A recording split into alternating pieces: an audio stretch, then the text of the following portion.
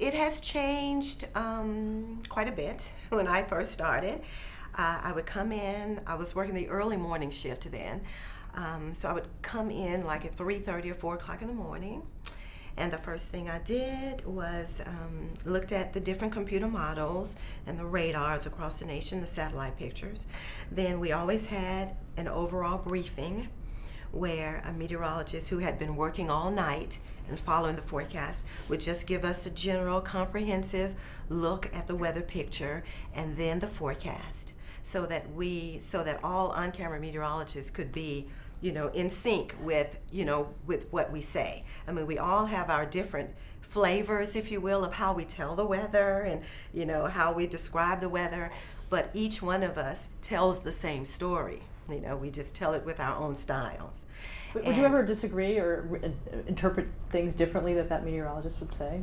Was there room for that, or was it pretty much that was the law? And it was pretty much that was the law, because we left that up to them. They would be behind the scenes, squabbling at the forecast. Well, no, I don't think it's going to rain until 10 o'clock this evening. No, I think it's going to come sooner, And then they would kind of, come together and say, okay, well, this is what we're going to say. We're going to say it's going to start raining at 8 o'clock this evening, They would kind of iron that out among themselves, and then they would tell us, it's going to rain, it's going to start about 8 o'clock. And then that's what we did. We were consistent with our forecast when we were on the air.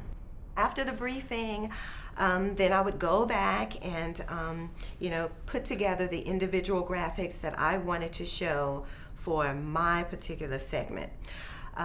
We would be told, okay, Vivian, you're going to cover the cold air today, and so you're going to cover the rain today, and you're going to cover the return to the warmth.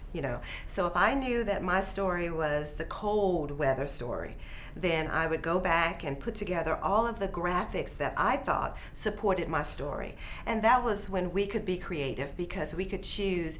There may be 10 graphics that we could choose to support our story, and we could put them in the order that we wanted to put them in. And so that's when our individual style or our individual creativity would come out. Like, I might want to say, okay, here comes the cold air, and show the jet stream with the cold air coming down, and then show the temperatures, and this is how cold it's going to get. Whereas someone else might say, okay, it's going to be 10 degrees colder tomorrow, and show the temperatures first, and then say, and this is why, because the jet stream, So that's a way of us being a little creative and kind of just, deciding how the maps will help us with our own personality of the weather story. Typically, we do a 3 to 4 hour stint.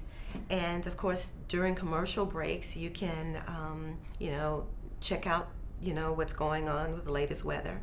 And typically, we have maybe a 4 and 5 minute break, which is a long time in TV time, And so we can run out and get some water or, eat a cracker, But it's really just a 3 to 4 hour stint of just being devoted to telling the weather. But we get periodic breaks every 5 to 10 minutes, So it's not like extremely grueling for the whole 3 hours, but we can't do anything outside of being focused on the weather. It's not like, it's kind of like surgery, When the doctors are in surgery for 4, 5, sometimes 6, 7 hours, and they have to concentrate on surgery. They can't take a phone call, So that's how I kind of look at it.